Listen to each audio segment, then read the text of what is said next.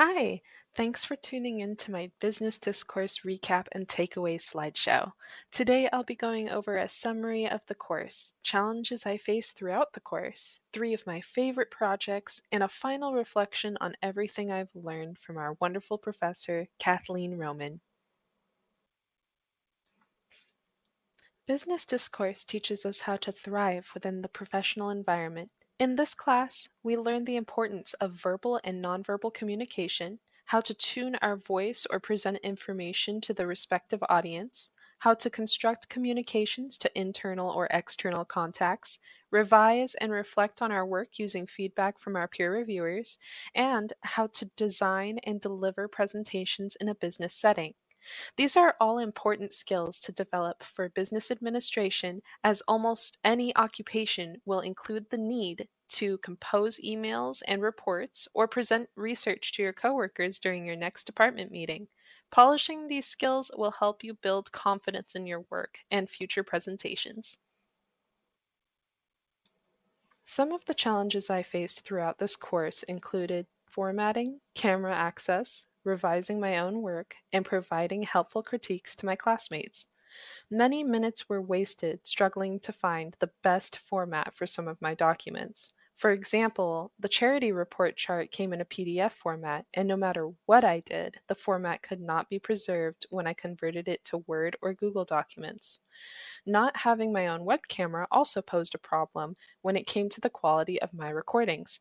Neither my phone or work laptop have the best camera and don't capture natural lighting very well, so I was concerned that this would pose a problem for future projects.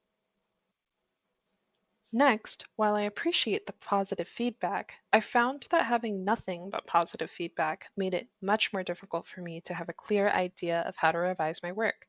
There were a few times I had a case of writer's block because I was unable to find a good way to revise what I had written. Lastly, on the other side of the peer review, I sometimes found myself in my reviewer's shoes, where I could not find anything to remark on.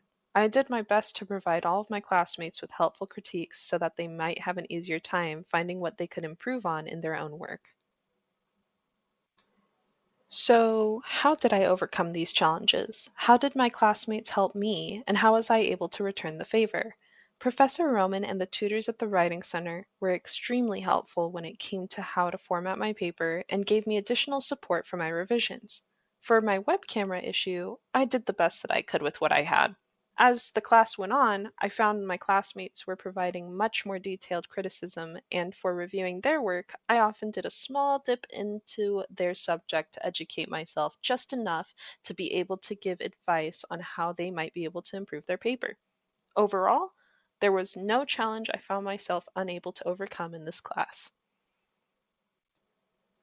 Without any further ado, let's get to my three favorite projects from Business Discourse 310, starting with the Career Research Project. To recap, this project helped us learn to draft and revise a professional research report on our ideal career. We were to conduct one interview with someone within that field to use as a primary source among all the secondary sources we would be citing throughout the report. For me, this project was incredibly helpful in learning more about my occupation as an accountant. In accounting, we compose a lot of reports that are often in the form of Excel spreadsheets, but there are also times when we need to do research on a new client or find quotes prior to enrolling into a new service. Before we hand this report over to our boss, however, it's important for another set of eyes to look over your findings and provide you with feedback that may help you revise your report into something a little stronger. Take the time to hear this feedback and reflect on these changes to cultivate your skills and polish your final report. My second favorite project was updating our LinkedIn profile. This was an exercise of networking, personal branding, and designing your page to focus on your audience, job recruiters. Through this project, I learned just how important having a LinkedIn profile is. Once my profile was up to date, I felt much more comfortable reaching out to my coworkers to add them as followers and even provided a couple of them with helpful reviews. A boss and a former coworker of mine also left reviews that really touched my heart and stoked the flames of my inspiration to become an even better worker. Some of the executives even started following me.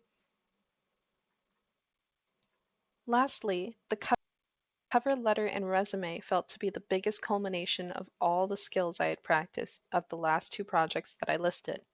This project helped with preparation for a job search, how to grab the recruiter's attention, and how to connect with your ideal career. In the research project, we got an in depth perspective of what to expect in the job that we want to get. Then, with the LinkedIn profile, we had a taste of what it was like to tailor a public record to reflect our interests and achievements in accordance with the job that we're trying to obtain. These two projects set us up for writing the cover letter and resume by having us apply what we've learned about this ideal occupation and putting it all together to detail our skills and achievements, giving us the best chance of getting that interview.